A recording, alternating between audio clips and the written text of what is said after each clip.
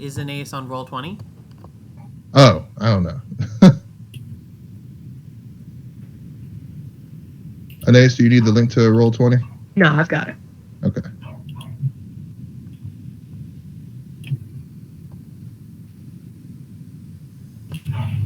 Okay.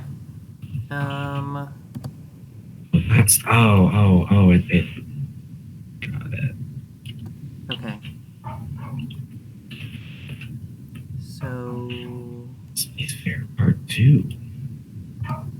Yeah. I launched. Yeah. So I just launched the game. Does that mean I? Yep. It says you're in. It says I'm in, but do I need to join the game, like to have it show up in my?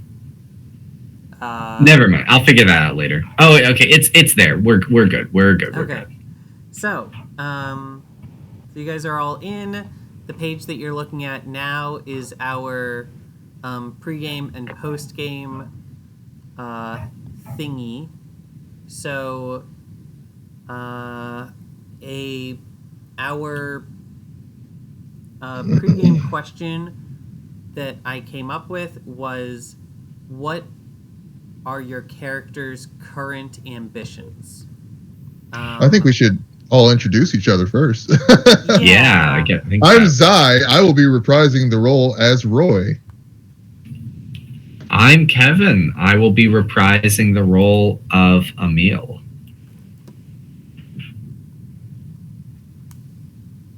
Aeneas, you want to go next?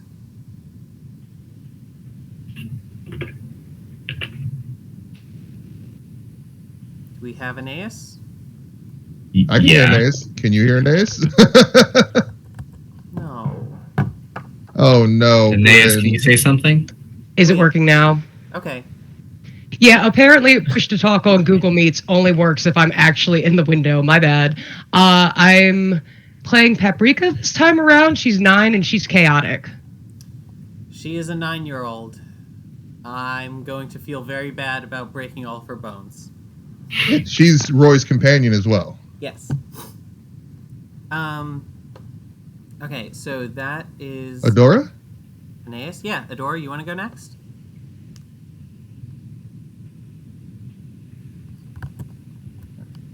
¿Dónde está? Yeah, can anybody hear Adora? I cannot. Okay. Nope. Okay, well, while we're waiting on Adora, Morgan, do you want to go? I'm playing Ruda. Yep, you are reprising your role as Ruda. Ruda? The one, the only. From the top rope. Okay. Yup. Parkour! Adora, if you're there, we cannot hear you. How about now? Oh, I can hear you. Yeah, okay. So apparently it just picked up a default setting for microphone, and that was not the right one. Two things. I am playing Reverend Mary Patricia Byrne, who is, as you might guess, a member of the clergy. And she is, however, perhaps a bit heretical with the regular church. And so you'll see that play out. The other thing is that I said and realized now that no one heard is for those of us who weren't there in part 1, might be slightly good to describe the character more than a name. Yeah. I don't really know them. I am sorry. I forgot about that. Okay. I guess I'll start. Well, I guess I'll start. Whatever. I'm already talking. Roy is a being that's called a thought. Thoughts are clouds of electrical energy that represent a certain idea or thought. They are of the realm of thought. But Roy was a thought who was, through a scientific process by an organization called Red Corp, put into a human body and made into an assassin for somebody named Mendenshire, who is one of the worst people in the galaxy, bar none. Mendicer is quite terrible. Yeah, Roy is no longer an assassin. He got his mind back. He's deprogrammed himself, but he's still basically like another being stuck in a human fleshy sack. I guess I should talk about Emil then. Yeah. So Emil is a nova, which is kind of like a weird, I don't know, squishy quantum plasma creature, Living right? star. It's like a living star, yes, that just kind of like walks around and kind of has like is sort of infinitely dividable, right? Like if you divide, like kind of single cell organism, like you. So Emil would constantly before battles like cut off a finger and just sort of like leave it on the ship just in case. And then if he made it back alive, he would just eat the finger. And if he didn't, in a couple of weeks, you would have an exact copy of Emil with none of them, with the memories up until the point of the finger getting cut off. Yes. And that happened one time when I basically sent myself into another dimension to infinitely divide and kind of try to keep the great evil in that dimension at bay. And the thing that my biggest ambition, because the Emil that you're talking to is an Emil that is sort of a daughter Emil, I guess. I'm the Emil that I'm Emil that finally grew from a finger.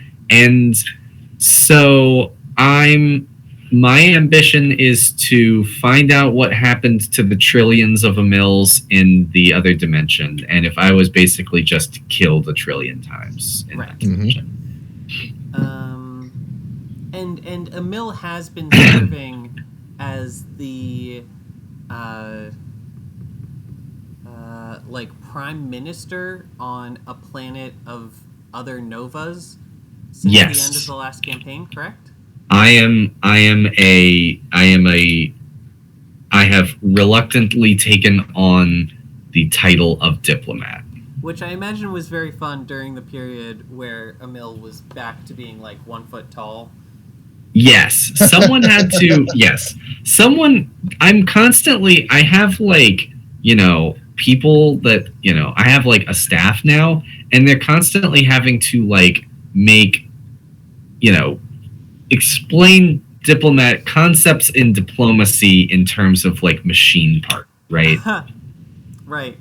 It's also worth noting, because you didn't mention it, that Emil is the quintessential mad scientist engineer.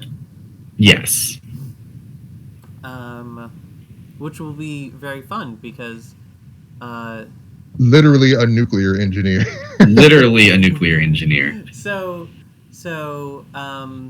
Morgan, do you want to explain Ruda's deal? Yeah, Ruda is like a buff workout freak space hunk who's also a demon slayer and a demon occultist, I guess you would say, Bryn? Yeah. Right? Like he could conjure demons. Mm-hmm. He's always fought demons. And he is also the president of Planet Canadian Ninja Warrior, where he Yep, he's been doing that for the past 10 years. He's been running Canadian Ninja Warrior, which is brought to you by Surfing Dog and Sports Riot. Which is both a reality TV show and an actual mercenary unit that goes out into the galaxy and fights battles.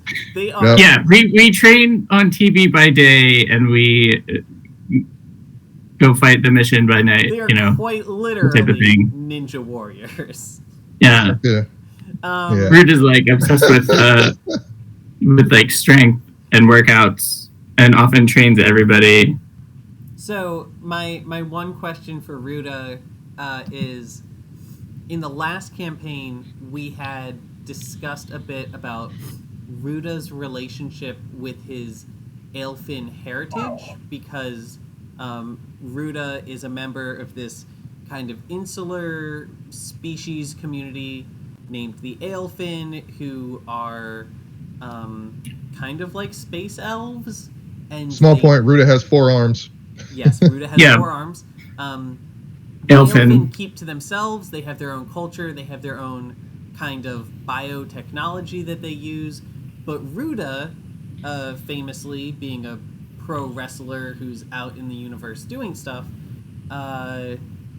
is not... does not look like the stereotypical Aelfin. So part of Ruda's story in the last campaign was figuring out his relationship with his heritage. How has Ruda's relationship with his heritage gone in the past decade? It's definitely become stronger with Tagara. Like more meditations and like the power has become stronger. Okay. That's fantastic. Yeah, I like... Your turn, Bryn. Well, before me, let's do... Okay. Yeah, so we'll do my character, and then we'll do Aeneas's. So, my character is Eilish. She is a avian. She is like a raven kind of person, except that due to some mutagenic stuff that happened to her with warp corruption, like half of her body is basically albino. She is a huge nerd, kind of weird, kind of struggles with social cues and stuff sometimes. Her 2 big fixations are mechanics, like mechanical design, specifically giant robots. She really likes giant robots. And also the warp, specifically warp entities and warp corruption. The idea of if you take something from the material plane and expose it to warp matter, it becomes corrupted and changed in a like metaphysical way. And she's also a member of the Children of the Warp, which are a activist group, kind of. Yeah, I think that's probably enough for her for now. Aeneas, you want to go? Paprika is a child from a rogue kingdom. She originally lived there with her parents, but the rogue kingdom was attacked. I don't know if we really went into like specifics of how it was attacked, but it was basically destroyed, and Roy eventually found her and decided to adopt her because Roy's going through some shit, and everyone knows that adopting a 9-year-old will just fix all of your mental problems. Yes. Absolutely. But also, she was not 9 when he adopted her. She would have been like 4, right? Yeah. Oh my gosh, you're right. Yeah, so I was like 4 when I was adopted. I've been with Roy for a few years now. My interests include yo-yos, mech pilots, and annoying my adopted dad. Oh, and basically when Roy doesn't give me what I want, I go to Aunt Eilish and she just spoils me and makes me all the mech pilots I want and all the rocket skates and all kinds of stuff. So Eilish has not been like living with them or anything. It has been just Roy and Paprika traveling together, but Eilish has been their kind of mechanic on call for several years, and so she has a very close relationship with Paprika. Little background as to why Roy would adopt Paprika. I guess to explain to Adora for it to make sense. At the end of our last campaign, we went through. We had a pretty serious event where we went into like this, a different dimension to deal with the big bad of that season. And during that process, a character from the first season named Aveline, who was like the heart of the party, the the heiress to our Final Fantasy VII party. She was killed by Mindenshire, just impaled, and he laughed about it. He said gross stuff about it. He made us all feel terrible. It was right at the last second. It wasn't planned. She wasn't trying to self-sacrifice or anything. She just got caught 1 second behind, and she was killed. And Roy, who throughout the campaign had been very cut off, speaks to people in haikus, just kind of broods over his past and trying to figure out what he is and feeling different from everybody. He had a connection with Aveline because she had saved his life on several occasions. And she was just different from the other organics that were around. Roy was the last person right before Aveline to get out of this place and feels largely responsible for her death. And in a attempt to establish or reestablish that kind of connection, he found Paprika, and Paprika reminds him a lot of Aveline. Roy's ambition right now is to try to find whatever it is that's in the galaxy that is committing horrible atrocities that are leaving behind things that also look and feel like they could have been done by someone like Aveline. Aveline was a teleporter. She was able to use the warp and see the warp and just teleport all over the place. And in these worlds where there have been these massive, like, planet-wide genocides and destruction, there's evidence of somebody with warp ability who has just been causing all these problems. Mm-hmm. So he's looking for whatever is causing that, and on the journey looking for that, he finds Paprika in one of these ruined worlds. And he's also been hunting or dealing with the children of Mindenshire, correct? Yep. Children of Mindenshire. The rogue thoughts, several different names for them, but yeah. The other assassins raised in his same. Because Roy was not the only thought who was taken out of his original state and put into a human body or a organic body by Red Corp. It was done to others as well. We actually met one of them in the last season. Can we say that because I'm like kind of a government official now, can I have a red phone in my office that is when it rings, it's Zai, and like, fuck yeah. Hey, like, am I Batman? Are you Commissioner Gordon? I think I'm reluctantly Commissioner. You give when the red phone rings, I answer, and I'm like, I don't know. I'll just make a few tons of gold appear on the planet you're on if you need it. Yeah. Everybody out of the room. I got to take this call. Hi, Roy. How's it going? So Roy just answers the phone. Is like, early moist afternoon. A giant calm turtle hunts beyond the spider. Roy does haikus.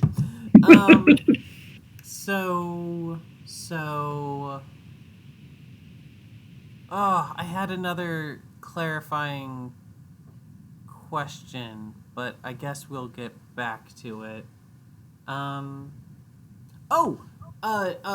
The character that you mentioned, Aveline, was a member of the Children of the Warp, whose mentor was Starfire, and my character is a member of the same organization who has the same mentor and has a weird, unhealthy rivalry with this dead girl because she feels like she can never live up to the standard that Aveline set. So that's the thing. Okay.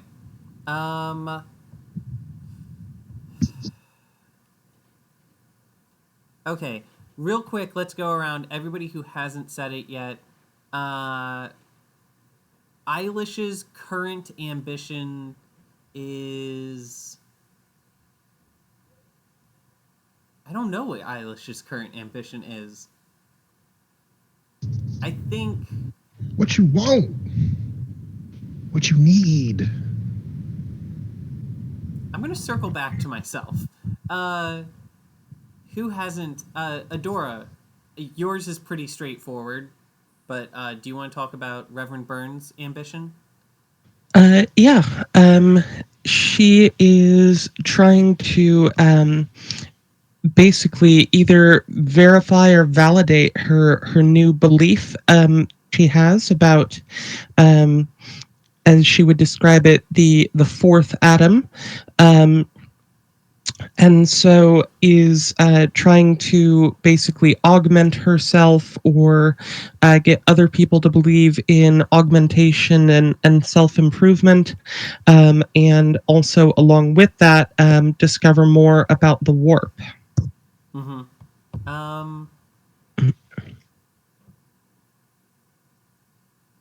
I'm going to say that one of Eilish's current ambitions is she wants to see all 20 of the god mechs. All 20 of the mechs that were made directly by the progenitors. So one of those is the mech that Roy is currently piloting, Gigapascal. Gigapascal. Point info. Pascal was also a character from our last season. He was a robot from a hidden village of robots that was disconnected from the entity or thing that basically runs the warp. Correct me if I'm wrong. It's called the network. It doesn't run the warp. My bad. They're called the network. They're a galaxy-wide hive mind of computers, and among other things, their jobs were to keep down the Xenocians, which are kind of like the Zerg, and and to police the what's that protocol in Star Trek where you don't interfere with developing planets? Prime Directive. Yeah. So they did the like Prime Directive policing. Yep. The unit that Gigapascal right now is in was a mech warframe that was created by one of the early progenitors or by one of the Primarchs. Yeah, Primarch. But That's it what was. I meant to say. Is that not what I said? I think I can't recall. It was in a heavy state of disrepair, but it was repaired with Roy, Mate, MX8, another character from our last season, and I believe Emil. Pascal's body was destroyed or damaged at some point, but his consciousness was uploaded into the warframe. Hence his new name, Gigapascal. Mm-hmm. Awesome. Who has not? Emil, Kevin. What is Emil's current ambitions? Oh, I already said it. What'd you say? To figure out what happened. Yeah. To figure out what happened to my trillions of selves, I guess. I don't know. Yeah. What is Paprika's current ambition? I think Paprika's current ambition is probably to, like, gain some semblance of more independence. Like, I think she's in a state where she probably feels like Roy is a very overbearing dad. And so right now she's just like, I want to get better at sneaking out because he always catches me. Love it. And Ruda. What is Ruda's current ambition? Yeah, officially, the revolution would be like the main ambition, but running Canadian Ninja Warrior Planet by day, that's like the day job for Ruda. Cool. Mm-hmm. Demon hunting is always going to be a thing. It always has been. It always will be. Awesome. And then working out. Those four things really have always been like Ruda's main ambitions. Okay. Excellent. How would you feel about being the one to send invites to former party members to meet back up? For the party reunion. Yeah. Yeah, I feel like you're the most sociable one that was in that group, so it would probably be you to do that. it does make sense that Ruda would be the one organizing the party reunion. I mean, I would say Emil, but like Emil's got a lot of shit going on as prime minister. Yeah. Not to say that you don't, as like the head of a planet / mercenary group / space Che Guevara or whatever you are, lifting weights. But Emil's got 1 trillion of himself locked away somewhere. So, So, or itself, I guess I should say, not himself. what pronouns? Yes, that is true. What pronouns? do Novas Emil are use? not gendered. Does Emil use it or they?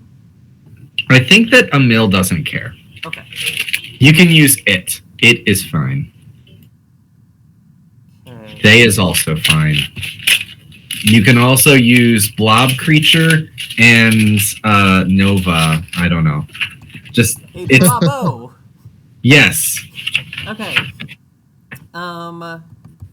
So, our campaign begins with the Gemini 3.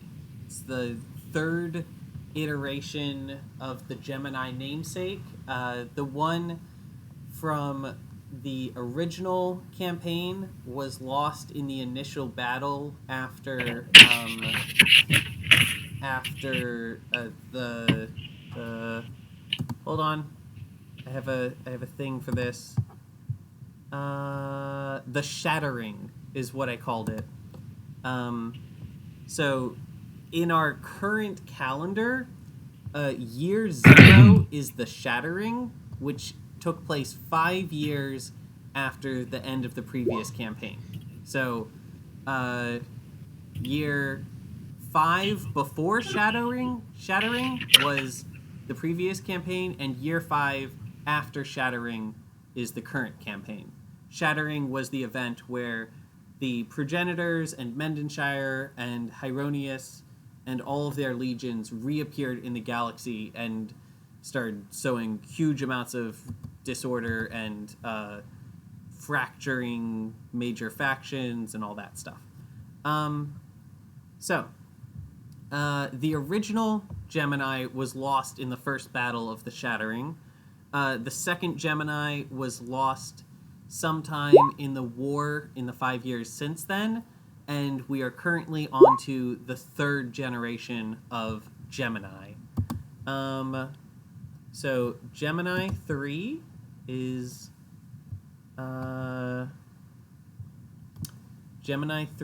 this ship you see here. You guys are all currently looking at a map. Actually, all my GMs probably need to move themselves. Oh, okay. I was wondering about that. How do I move myself again? Page toolbar? Yep, you click the page toolbar and then you click on Chapter 1 System Map, the one that has players tag on it.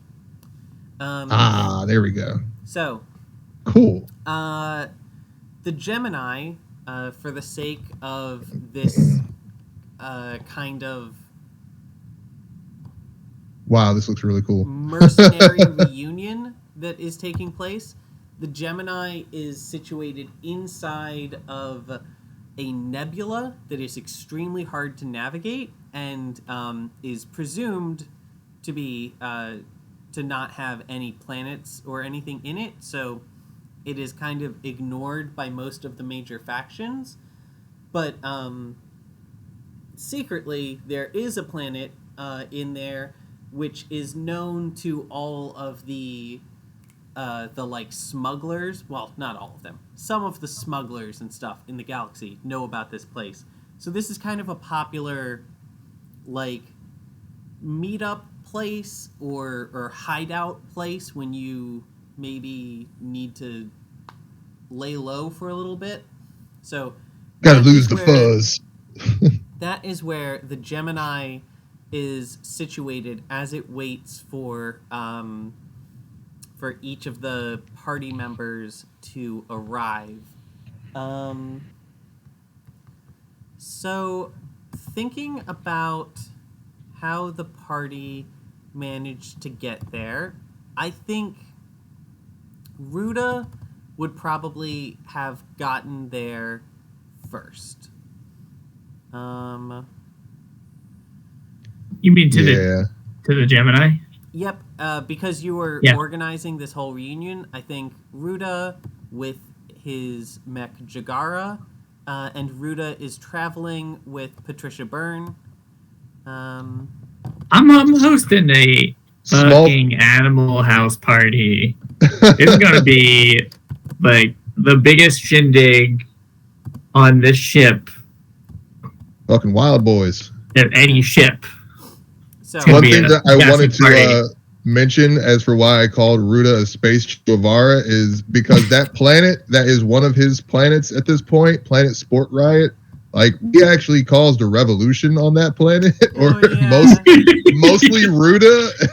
So, like, he took that over, and, like, that was the name of the corporation. So there are several planets that are just, like, names of corporations or media IPs throughout this galaxy. Hence, Planet Sports Riot and Planet, something about a dog? I can't even remember. Surfing Dog. Surfing Dog. Planet Surfing Dog. Yeah, there you go. The real Sports Riot has tried to take over the planet back. But yeah, it's wild. I have a mixture of both, like, some historical revolutionary like Che mixed with, like, a Van Wilder type of character. Yeah. At least that was what I would imagine some people on those planets see you as. Yeah. Okay. So Roy is there first with... Ruda. Ruda? Yeah, I'm here first. God, our names. Oh, God, I'm going to have to do a whole season of this again. Aha! Ruda is there first with the Canadian Ninja Warriors and Patricia Byrne. When you get there, you immediately find Gemini, who is the AI of the original Gemini, having now been upgraded to a host body. Now that she is sentient, and that's cool. Admiral Ilya, who is no longer the active captain on this ship, but has come back for the reunion, is also there. So I will drop in a sprite for her in just a second. So, let's see. Eilish and Roy and Paprika all come together. I'm pretty sure we said in one of the prologue games that that Eilish met up with Roy and Paprika again sometime shortly before the start of the campaign, and was traveling with you when you guys went to the reunion. That sounds right? Yeah, I would imagine that Roy and Paprika were returning from some recent expedition. There was some damage to Gigapascal that needed to be repaired, so they went to Eilish's workshop, and Eilish had an invitation from Ruda to attend this gathering. That's how they heard of it. I don't think Eilish would have had... I feel like it's more likely... The reason why I'm saying that is because Roy and Paprika would be constantly on the move. Delivering news of something to them would be something that someone who is located in, like, a stable area would be able to provide. Okay. So you're not suggesting that they invited Eilish, which wouldn't have made a ton of sense. Ruda has met Eilish. He knows of Eilish. He figured that would be the best way to get a communication to Roy. Yeah, so he left an invitation for Roy with Eilish. That's excellent. Yes. So, where does the tickler come into play, Brad? Because the so that's a good that was the question we all were asking. I mean, it's Adora the Tickler is a man who is shaped like a shark. Yeah. He tickles people. I'll show you a he's gift a in Roll Nautilin, 20. and Hold he's a on. pro wrestler, and his pro wrestling name Yeah. was the Tickler. Yep. He's a shark man. So that's up to you. I was thinking that he would be one of the like professors at the Canadian Ninja Warrior Academy, who's / lieutenant. like, training people. Drill sergeant, lieutenant, some combination of those ideas. But Major Tickler. he also would have a good claim to be here on the ship. So, what do you think? I think he was just involved in like the fight against men and Shire and shit like that. Mm-hmm. Oh, so he's not with the Canadian Ninja Warriors anymore, or he still is and is just The Tickler? pushing that agenda with the Canadian Yeah. Ninja Warriors. Yeah, no, Okay. he coaches he's coached in the past. Okay, cool. Excellent. So is he? Would he come to this reunion? I feel like he would probably get an invitation because he was staying on the Gemini for a while. Yeah, man. Yeah, You gotta have I a think he tickler. would. Okay. No, I found a good picture of the Tickler. Another callback to last season. The Tickler was previously on an enemy of ours, but Ruda convinced him to join us during the revolution on Planet Sport Riot. Yes. Yeah. He never joined us He's as like been- a member of the party. He just joined us as like a ancillary companion. Yeah. He's been a loyal friend ever since. Indeed. I'm Page. We go to that. That's what the Tickler looks like. It's the closest rendition I can. Street Sharks! Fuck yeah! that is entirely accurate. Yes. Shark attack! Oh my I god. fucking loved this horrible show. That's the Tickler. I had toys for that show. Me too. I remember it. You did? Yep, this and Biker Mice from Mars were my Oh my shit. god, I remember this. Yeah. I remember this guy. Holy Yeah. shit. Oh, yeah. Yeah, this shit was great. That was a fascinating time in television. He's the cool brother, self-proclaimed ladies man. Oh my god. This was back when everybody had a black shirt with red flames on it. Yep, Right? yep, Yeah. yep. Simple More rollerblades everywhere. Oh my god. Yeah. Let me stop geeking over this fucking character. He's so cool. I am is. dropping in here is our Admiral Ilya, who is working with. We're still on that map with the planetary view and like Yep. all the ships and stuff, right? Okay. Where are you dropping the individual characters? Do you not see them over the Gemini? Oh yeah, I see the mechs and whatnot. I didn't know that there were smaller characters in there too. Yeah. Okay, and so the last thing is, so Roy, I assume when you travel with Paprika, you're not just in the gigapascal, like hurtling through the void of space. I assume you guys have your own transit ship you've been using to get around. Oh no, that would be wrong. We are traveling in gigapascal. Gigapascal is a means of transportation throughout That's- the galaxy. That's awesome. And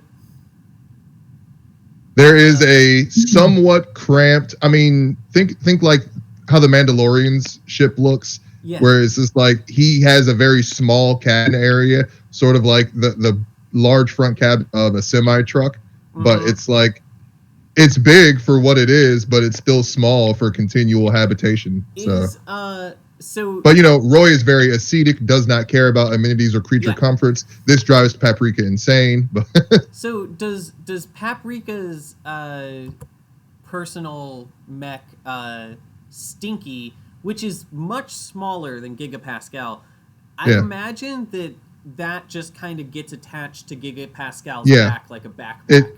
It can dock onto the back, and there is a port that Paprika can go to be by herself inside of her own mech. But Roy discourages it because it's nowhere near as strong or protected as Gigapascal. Excellent. Oh boy. So since Stinky. Since Eilish's giant robot is almost certainly not capable of FTL travel, she probably would have come by like a taxi and then maybe met up with one of the other groups that are coming in. Yeah, Paprika, I imagine you would have invited Eilish to stay in Stinky and travel with you and Roy, but she probably wouldn't have liked that. It would have been very cramped. Okay. Well, and we wouldn't have had a way to bring Blightbringer with us, which is the name of Eilish's giant corruption mech, because she's super edgy. Okay, and then Emil, do you come in like a diplomatic envoy ship, or do you come in just like a personal transport? I think that depends on whether I was able to sneak. I don't like the ship that I have a distinct disdain for the like diplomat ships, right? So I think I do, but it's a sort of like a reluctant thing. I'm like, the crew has to keep me from making modifications. I'm like, but it's so slow. Okay, excellent. So I think that Eilish probably would have taken a taxi service to the outside of the nebula and then waited there for another group that was going to go through the nebula so that she could latch onto their ship. And she probably would have ended up latching onto Emil's ship. So all of that says how we managed to get to the Gemini for the reunion.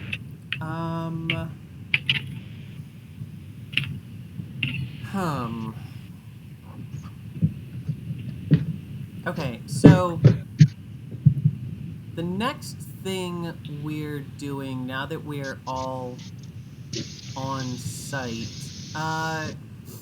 Oh yeah, I also just wanted to say that Roy was not going to initially go to this reunion. He had no interest really in doing this.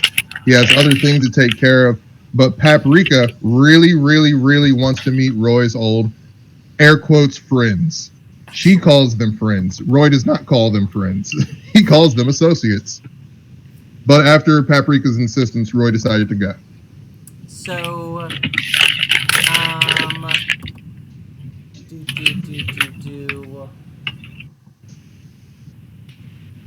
I lose the thing that I'm looking for?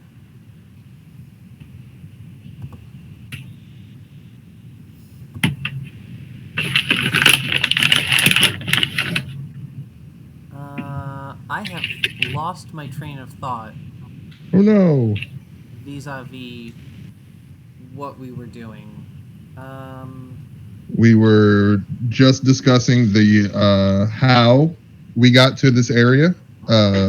We'd run through all of our ambitions. We discussed some relations to the previous season with characters. Who do we want? People who were in the previous campaign. Who do you want to see at this reunion? Well, we already got the tickler. Yep. I want to see Esperez. Oh, excellent. Yeah, he would definitely want to come. Charlie. I forgot about Charlie. Yeah, Charlie. We were mean to her. Lico? Or at least Roy was. So Esperez is a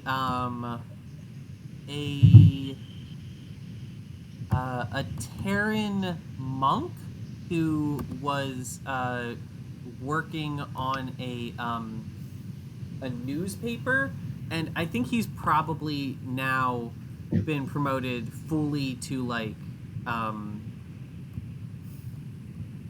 what's the word I'm looking for? Like a journalist. He's probably his own journalist at this point. Adora, have you ever seen the show Trigun? I've seen like 6 episodes, not a ton. So there's one of the women characters. She's got like a white trench coat, and underneath it, she has a bunch of like Derringer pistols. If you've ever seen that, that's the inspiration for Esperez, at least in my head. He has lots of pistols underneath a giant overcoat. At least he did in the last season. A frankly alarming amount of firearms with him for a preacher and for a person who is a preacher and a journalist. Wait, Yeah. there's an alarming amount? Reverend Byrne is going to find this very confusing. Okay. Oh, I didn't even think about the religious interaction between Byrne and Esperez. That's awesome. It's gonna be very good. Okay, I guess I will just use the same sprite for him that I used last time. So we've got Esperez. We've got Charlie. I will have to grab a sprite for her. Lico? Who? Lico. Lico! The other crew. The entire other crew that we had running with us. The outlaw crew. I think probably some of them are Dead. like fully dead, like died in the wars since Fully dead. Dead. they did. Got to make that distinction. Yes. Fully dead.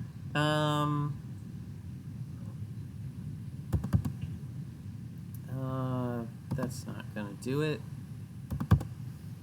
So, but yeah, we would definitely have Lico. Would Hyakamaru's like child clone be there? So Yeah. So here's the question. Hyakamaru's whole thing is that he never had a human body. He was always a robot body that that a human brain was uploaded into when that brain was still a child. So when you guys installed his backup from, the time he was like 15 or whatever, that became his new that became the body he was stuck in at the time. It's now 10 years later, so he would be 25 by human standards, assuming he had a normal human body, which he doesn't. Kind of grown up. So, do you think that he has changed out the model of his robot self in the years since then? I would think so. It's strange. Do we think that Hyakamaru would have grown into a different person if he had stayed on the Gemini in his like new clone body? Do you think he's not a womanizer anymore? Absolutely. I think maybe a flirt, but he definitely would not have been nearly as much of a douchebag. Yeah, another story point. Hyakamaru, if I'm remembering correctly, was a prototype for what was later done to the thoughts. He was a being that was taken and put in a completely different body. So somewhat different than the process of augmentation and sleeving. It was his whole persona that was put into this robot body. Yeah. And then like basically his actual personality was turned off while this assassin, womanizing, asshole-ish type of personality was used by Red Corp in Mindenshire. So his thing was he was another experiment by Red Corp that was it was part of just a larger trend of them kind of pushing the bounds of what they could do with intelligence and what brain body elasticity could handle. So it's not the same thing they were doing with the thoughts, but it's part of the same theme of kind of like exploring this idea. And they noticed that when they met in last season, Roy and Hyakamaru, because they both have a basically a software that's basically a tattoo that runs down their spine. Right. That is deactivated for both of them at this point. But yep. But yeah, if you ever seen Altered Carbon, the anime one that's on Netflix, they have a similar thing where like programs and like that alter behavior and character are coded via a tattoo, like a giant Yakuza tattoo on the back of the character's back. So similar to that. So Anwar would definitely be there, although I think she has a new name now because she transitioned at the end of the last campaign. That's right. But did I actually write that down anywhere? I mean, I remember it happening. Check our DM. I don't remember the name. We though. might have talked about it, but I can't remember. I guess in the meantime, this is our chance to come up with a new name. You know what? True. It totally is, especially because it would not be the first time that a trans person has just picked a new name after a while. Okay, I'll do a name generator for Anwar in a second. In the meantime, I did make a sprite for them. Okay, so there is her sprite.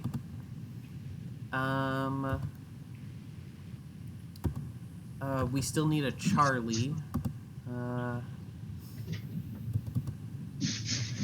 We also need Knox and Lise at the very least. Yeah, they probably would come. Yeah. Okay, let me grab Charlie. Which one of you guys wants to be Charlie? That's Charlie. Okay.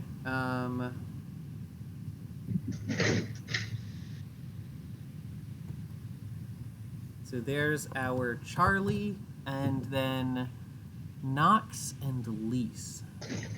I feel like this is a very good sprite for Lise.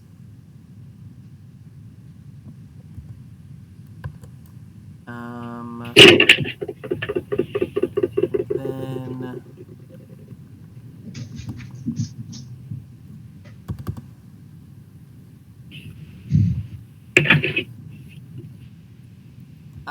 that's pretty good. We'll have to pretend that hair is black, but do a quick skim. Nah, I'm not gonna do that one.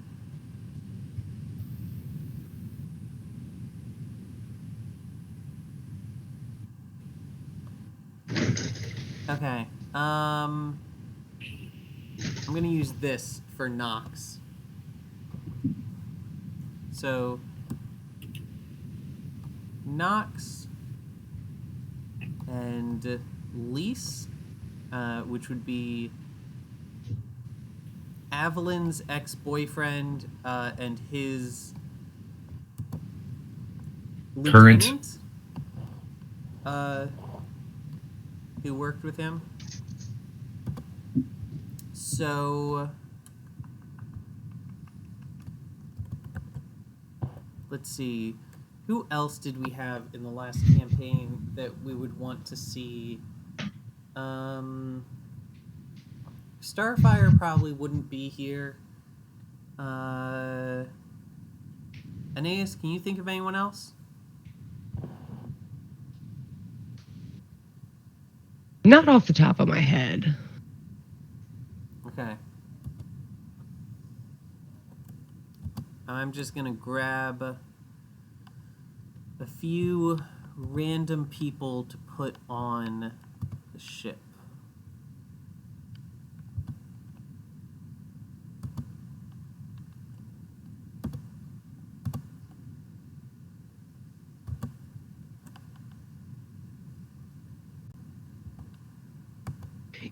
You said Starfire wouldn't be here?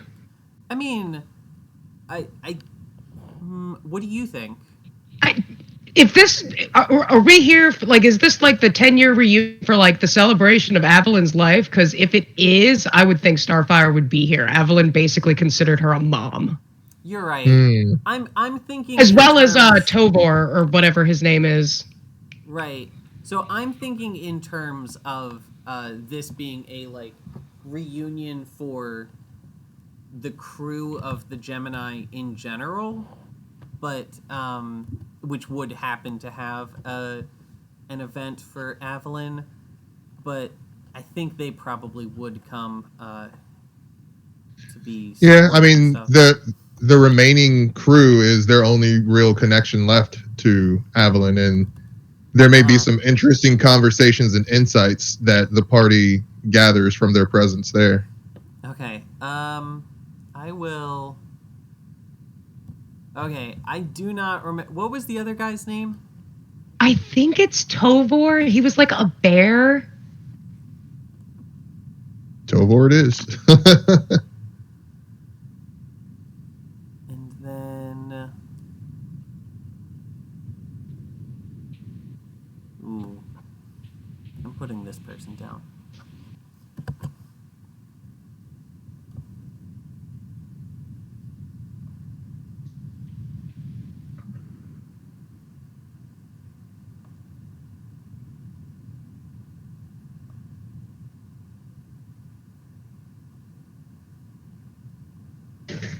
Somewhere around here is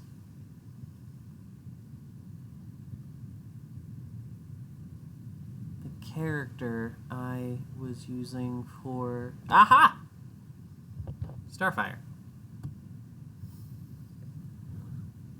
Okay. That's probably a pretty good cast for us to have as a start. So,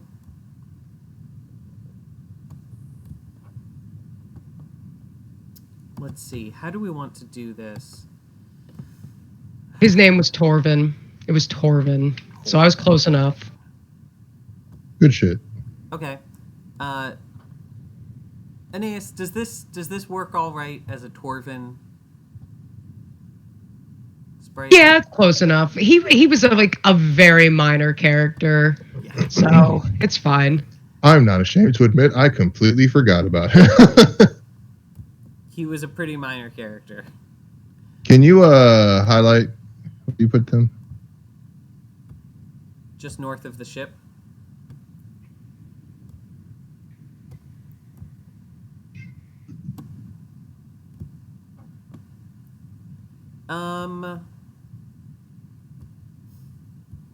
Where? I'm not seeing it. I'm dumb. Do you see I'm where I'm like pinging? Zooming out now. Can you ping one more time? Continuing to ping. Nope. I think I'm on the wrong page or something because I'm not seeing anything. Well, I mean, I see the planet and all the ships and stuff. There should be two Chapter 1 system maps. You want the left one? Yep, I was on the right one. Okay, now I see all these characters. Thank you. Thank you, Aeneas. No worries. So there's that tickler.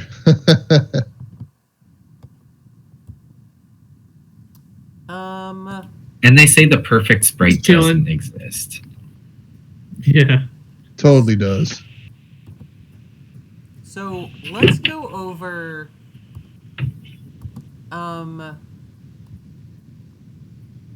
Aeneas, I feel like you would be good at this. Why don't you tell me what the 10-year reunion / Aveline celebration thing, what does that look like?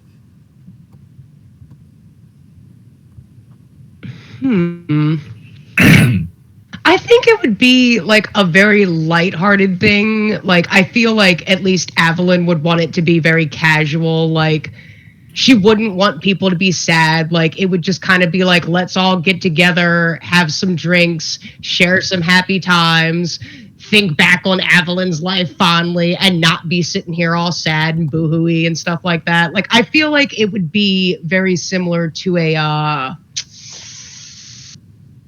what's the word I'm looking for? You want to wake like that DC rapper. That's what you want. Oh my God. Yeah, no, I feel like she would kind of just want it to be like very cash, like, you know, like a brunch. Like, she knows that people like probably had to come far in certain cases. So like, she just wants it to be like real chill. Or she would have wanted it to be real chill. Yeah, I think the party would have known that too. Like, a somber and like sad event would not have been something that would be good for remembrance of Aveline. Right. So I see us all meeting in like the bar area, maybe some overlap with the like regular seating areas and maybe the nature area as well, and just talk and reconnect, share stories about our past, the past 5-10 years. I think that Aveline would want us to. What was Aveline's favorite place on the last ship, on the last Gemini? Well, whatever. Yeah. It is. What was it? I feel like Aveline definitely liked the bar. So if we were able to, like, if we were able to keep the bar or like recreate it, that would be fine. I feel like if we were also able to save like any of Aveline's old like artwork or at least pictures of it, that would probably be up on display so people could be like, wow. Mm-hmm. Yeah. Okay. If you look at the far left of the screen, I have the bar here with our characters all positioned in it. The bar is not exactly the same, but it is similar.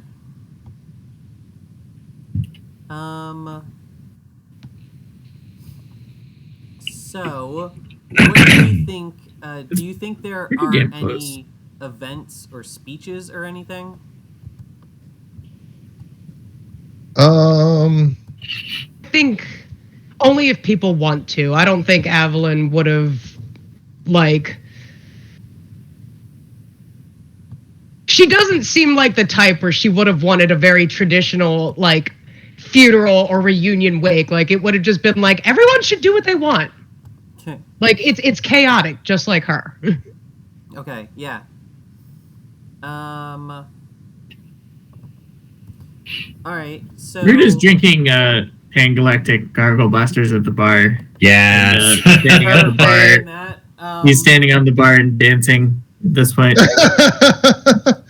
Roy would walk up to the tickler and say, "Glacial abandon, a great afraid shark slithers into the pedal," and then he would pat him on the back and walk away. I think after this, the tickler would walk over to Ruda and repeat what you said word for word and ask if it was an insult. And then Rudy would be like, "Oh, we're playing telephone," because at this point he's fucking drunk. Ruda's wasted. And then he walks up to this person. Or no, Ruda, can Ruda attempt a haiku and then it's 5-5 or 5-7-6 or something? Ruda can attempt anything when he's got 7 pangalactic gargle blasters under his belly. But anyway, he plays telephone. He like tries to relay the message and horribly fails. So, I think he tried to say it to. This is Burn, right? To this one. Yeah. Roy notices it, shakes his head, and uncharacteristically for what the party remembers of him, he chuckles slightly, then says, "Showery twilight, a young sad soldier bleeding, betrayed by the priest." it's so intimidating every time. No, I think that is I think Eilish says that out loud with no expectation of a response. Just she needed to vocalize that she's very intimidated by you.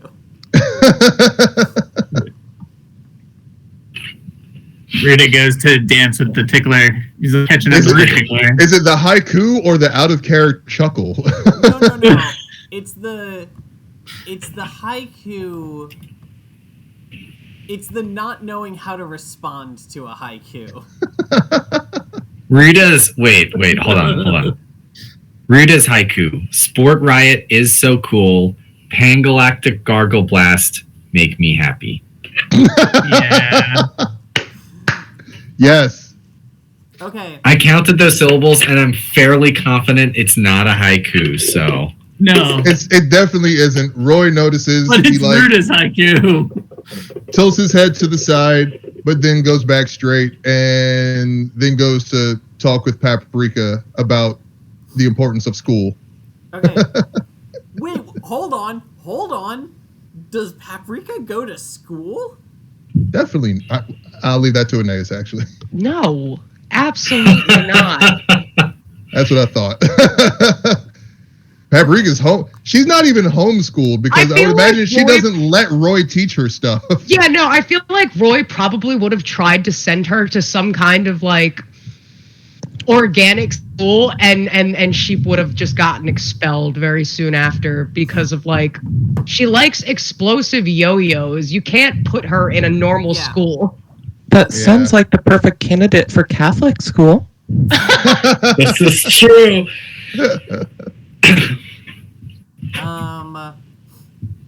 Galactic Catholic School, which isn't that just? Wouldn't that just have been the school from? Yeah, no, not the Terran Empire. What's the other guys? The diocese. The diocese. Yeah. It was just a school run by the diocese. That's excellent.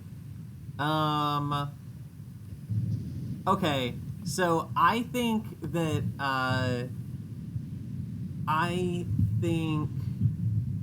think that Roy would actually be trying to, after talking to Paprika about the importance of school and basically joking Ruda, I think Roy would then talk to Reverend Byrne or suggest towards Reverend Byrne and or Esperez about maybe a young child would be good for some kind of schooling from the religious folks.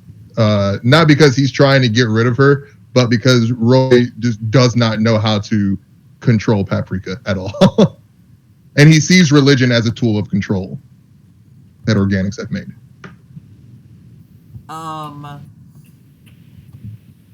So, Byrne, would an organic that has aged 9 years be allowed to attend a scholastic and religious institution on one of your planets?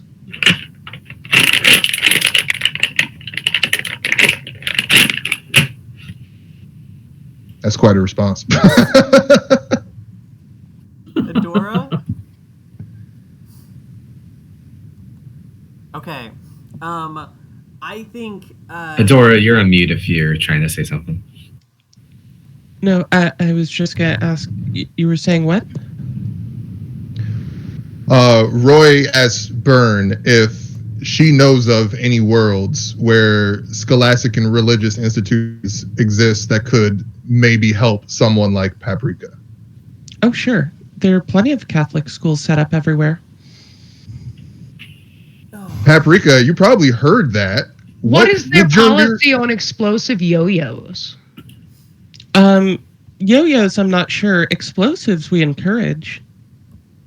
Well, if they encourage explosives, I might be interested. So Esperez raises his hand and says, I'm not sure which convent you went to, but explosives were very much not encouraged at my convent.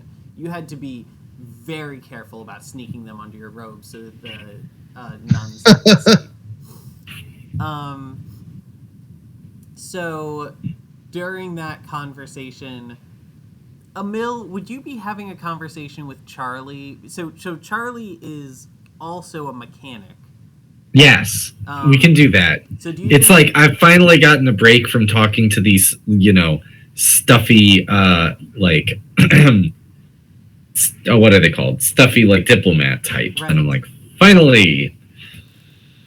Okay, Kevin, I need you Yes. to tell me what nerd-ass engineering conversation Emil is having with Charlie.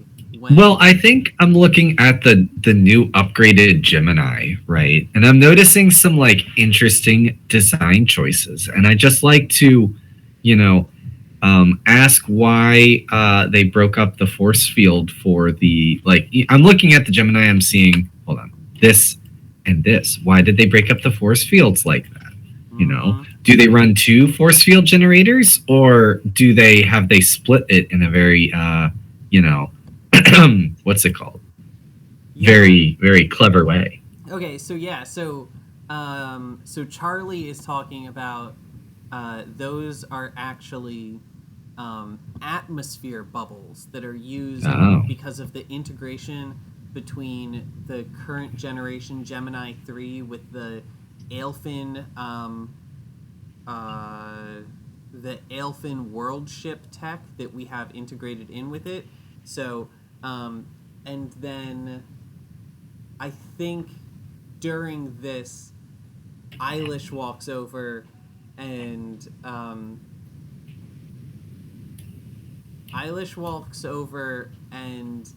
interjects that she doesn't think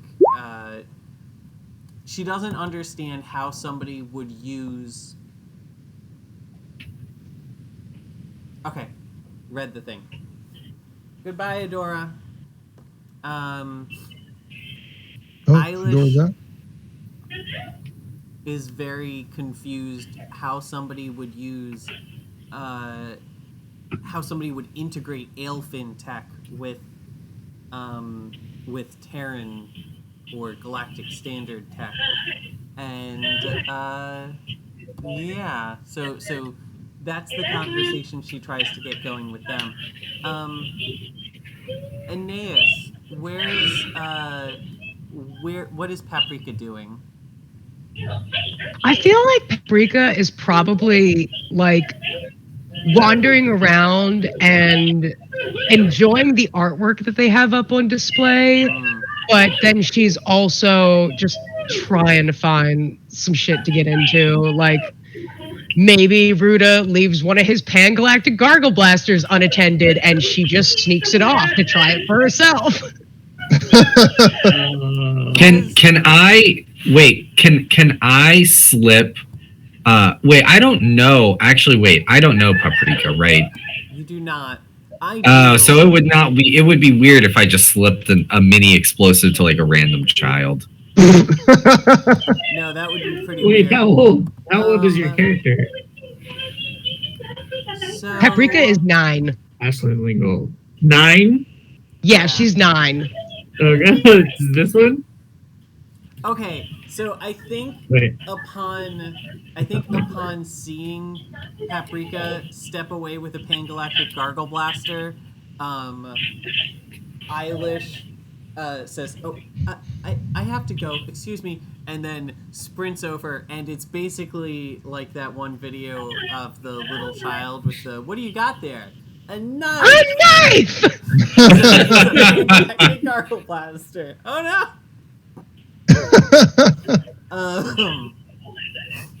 So Eilish is trying to stop that. Has Paprika ever met Starfire? I don't imagine she would have. No, I don't think so. I imagine that Paprika is meeting a lot of these people for the first time. Okay, awesome.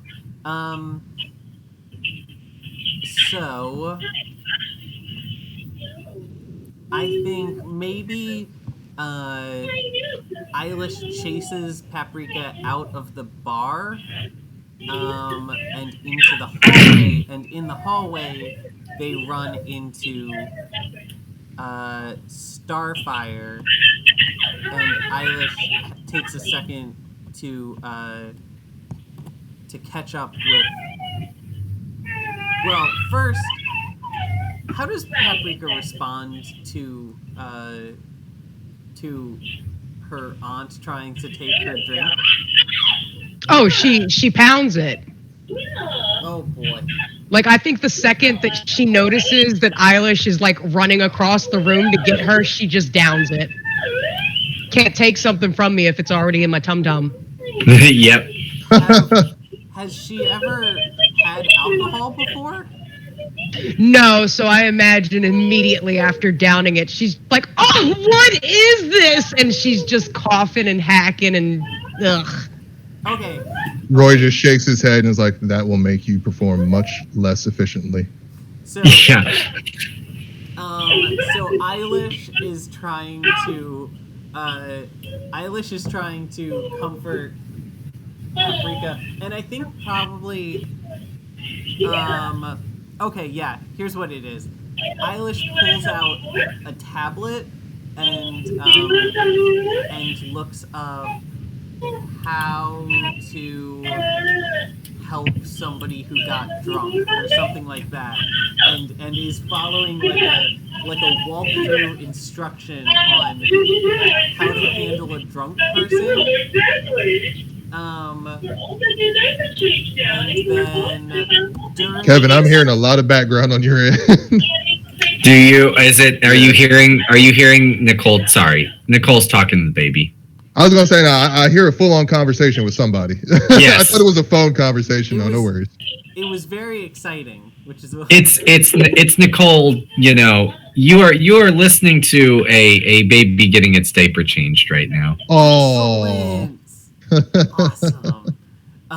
Speaking of, I'm relieving Nicole of baby duties in 10 minutes, Okay. just as a heads up. And I probably don't want to do much more today. Obviously, we didn't get any like plot stuff done, but I think We established a lot, though. I think we get some points for just initial setup. So And the fact that we're back at D&D, and that makes me happy. okay. Yes. Yeah, everybody's together. We are actually having more fluent conversations than we had in our last season. So I think that's Definitely good. We have a good starting cast of characters, and we don't have to think through all of what's their motivation because we Right. already know them and know what they've been through. Yeah. So So I just dropped the players back on homepage. DMs, make sure to click yourself back to homepage Okay. as well. Post game, we would normally do some stuff with archetype. Your archetype is basically going to have a few questions that you have to answer at the end of every game. That says like, did you do this? Did you do this? So we are going to ask those questions. Does your character have any injuries they need to heal or frame repairs they need to do? None of us do that. Nah. Do we need to add any new clocks? Is there any kind of ominous something that we established a foreshadowing for during this? I think that there was. I think that the fact that we are in this nebula, in an area where communication is spotty, mercenaries frequent, and not a lot of people. I mean, a lot of people kind of know about it, but aren't really able to like interact with it in any effective way. I think that is the location itself. I think would be the ominous thing that we touched on in this. I think that the location will definitely result in a clock, but I don't think we can make one until we have a more concrete, like, this is the bad thing that could happen. Okay. If we wanted to say the bad thing that could happen is,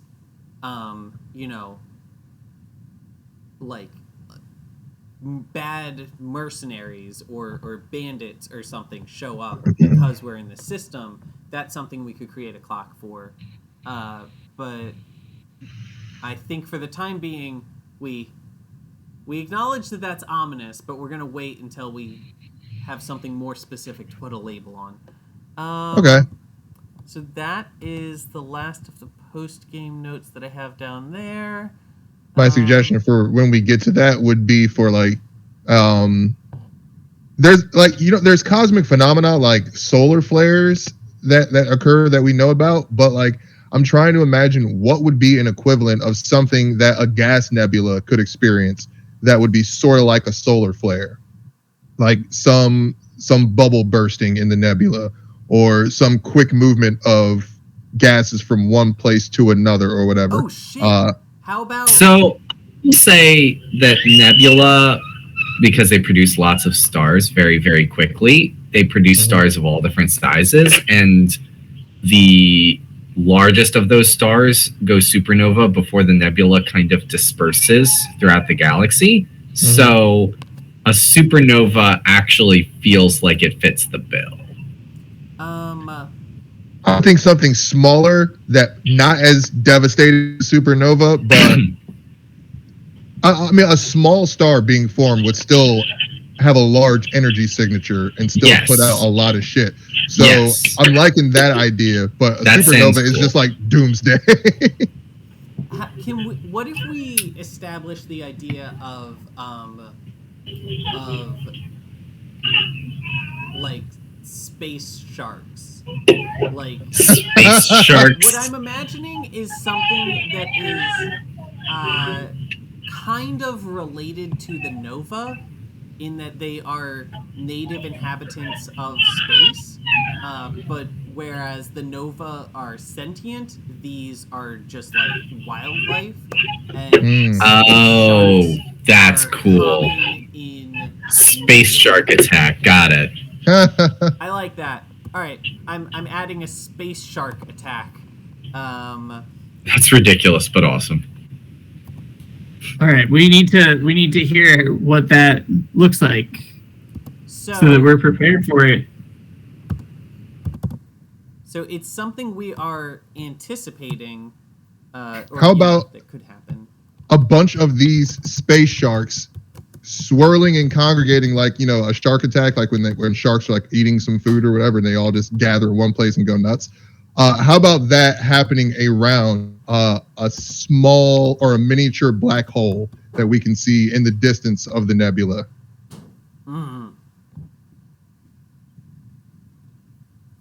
Yeah. I like that. Or what if instead of a miniature black hole, it is a derelict like spaceship? Cool. There's like a derelict spaceship, and we see some space sharks just like picking the bones of it. Yeah. Okay, I have added space shark attack as a clock that we are watching. Okay, and with that, we will stop here. And cool. So I do want to establish what we're going to be doing next game. Morgan, I need your feedback on this, but when we were brainstorming the idea for this level, we thought it would be very fun as kind of a callback to the very first level of the previous campaign, where we did a fun like mock battle between the different mercenary groups. If we did a like a mock battle out in space with all of our mechs, and we were thinking that seems like something that Ruda would organize. Oh my god, yes. So maybe next game we'll say, you know, it's like 2 hours later and Ruda has drunkenly challenged, you know, some other mercenary group to like a game of space capture the flag. Yeah, he's challenged the Wombats once again. I the Wombats love are working this. security. They're working security as part of reunion. Gemini Point 3 or Gemini. I love Is it the this. 10-year reunion of like us Hey fighting? guys, the I have Wombats? to I'm gonna It have is to in your go. head. All right. Okay. This is But excellent. I'm very much looking forward to the next game. Yep. All right. Yeah. Likewise, man. See ya. Bye, everyone. Kevin, Bye, Kevin. Bye, other friends. Remember to go to Google Meet to hang up.